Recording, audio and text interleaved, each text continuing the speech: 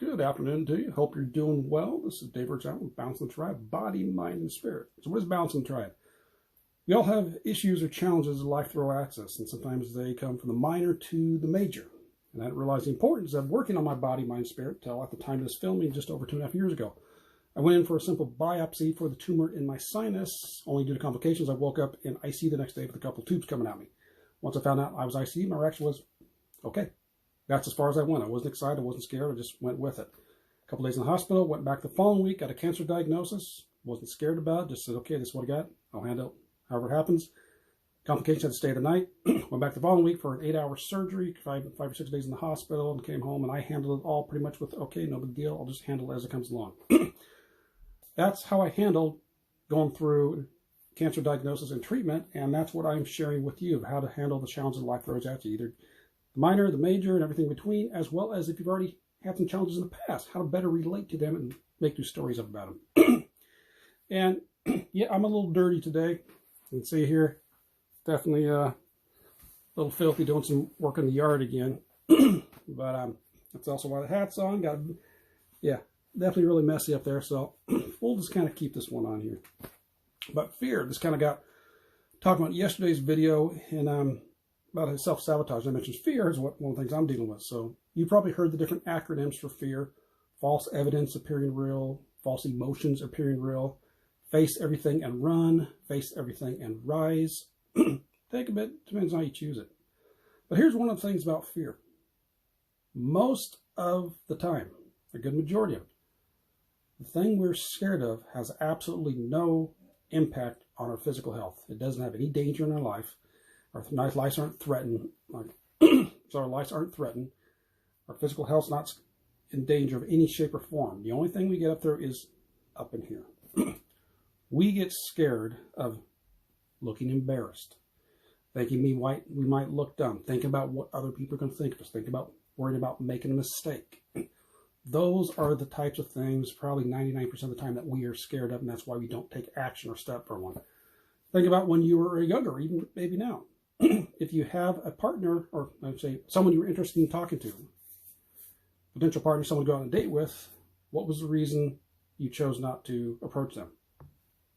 Again, it usually comes with fear of being rejected, fear of being told no. Take your pick along those lines. Same reason we don't step out ourselves. This is, excuse me. I don't know why every time I come on the video, my throat starts to go a little bit.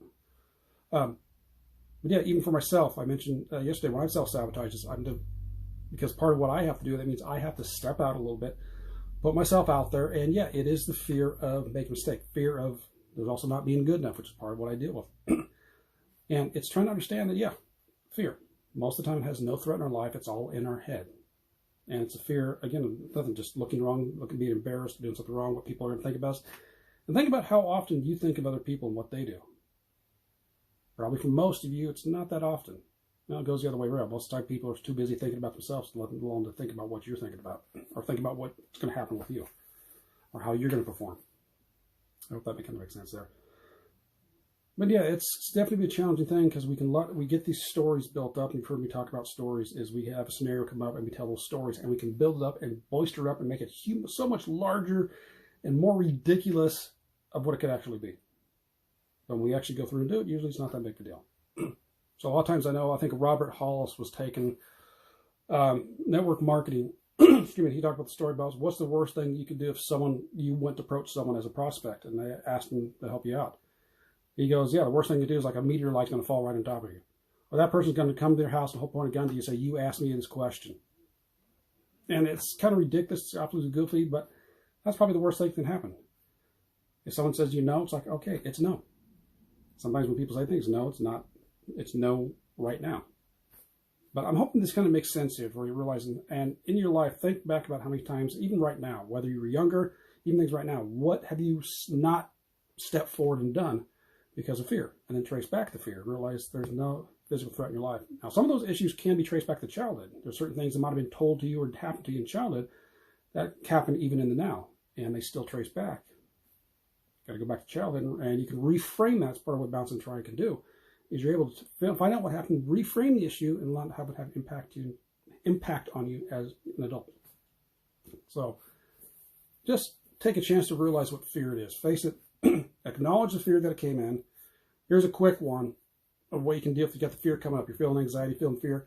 Take a moment. We're trying to get out of your head into your heart. Feel where it's at in your body. Is it in your heart? Is it in your stomach? Where's that in your body? Then go through and give it a shape. Is there a shape to it? Is there a color to it? Is it moving? Is it stagnant? Is it dense? Is it soft? Describe where it is. Acknowledge that, and then fear comes up for a reason. There's a message there. Usually it's trying to protect us from something. Like a lot of times that's to protect us from our ego. Our ego's trying to be protected. Acknowledge it, get the message there, and then let it go. So there's a little tip you can do next time you deal with fear. And yeah, it's not always easy, but the more you do it, the better you'll get with it. So let me know your thoughts on that. How have you dealt with fear in the past, or how do you deal with it now, or even someone else? Have you ever had, what areas have you let it hold you back? I can think back. You have relationships, certain jobs, certain things. Yeah, I've let fear hold me back in many different areas. And even as I'm still doing balance and try, I am still learning balance and try. That's what it is. It's balancing. It's ever going. Life's ever changing, so it's always going to be balancing. It's always an act I'm working on. So I'm always trying to get better. I'm learning, and what I learned, I share with you. So hopefully you don't have to go what I go through, and you can learn from it. All right, so I hope that serves you in some way, shape, or form. Let me know your thoughts on this topic, and I will catch you next time. Okay, take care and balancing to you. Bye-bye. And if I can get the button right.